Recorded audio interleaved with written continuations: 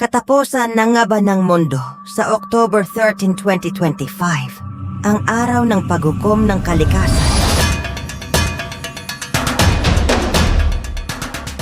Breaking news! Isang napakalaking sakuna ang kasalukuyang nagaganap sa buong mundo. Mga supervolkano sa paligid ng Pacific Ring of Fire ang sabay-sabay na pumutok. Isang pangyayaring tinawag ng mga siyentipiko na ang pinakamalaking chain volcanic eruption sa kasaysayan ng sangkatauhan. Mula sa Asya, Amerika, hanggang sa karagatan ng Pasipiko, sumiklab ang mga bulkan, naglabasan ng apoy, abo, at nagbabagang bato mula sa kailaliman ng mundo.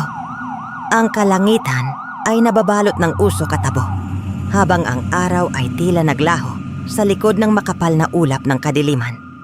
Ayon sa mga seismologist, ang sabay-sabay na pagputok ng mga bulkan ay maaaring magdulot ng planetary volcanic winter, isang pagbagsak ng temperatura sa buong mundo na maaaring magpabago sa klima ng daigdig. Maraming bansa na ang nagdeklara ng state of emergency, kabilang na ang Japan, Indonesia, Pilipinas, Alaska, Mexico, at Chile.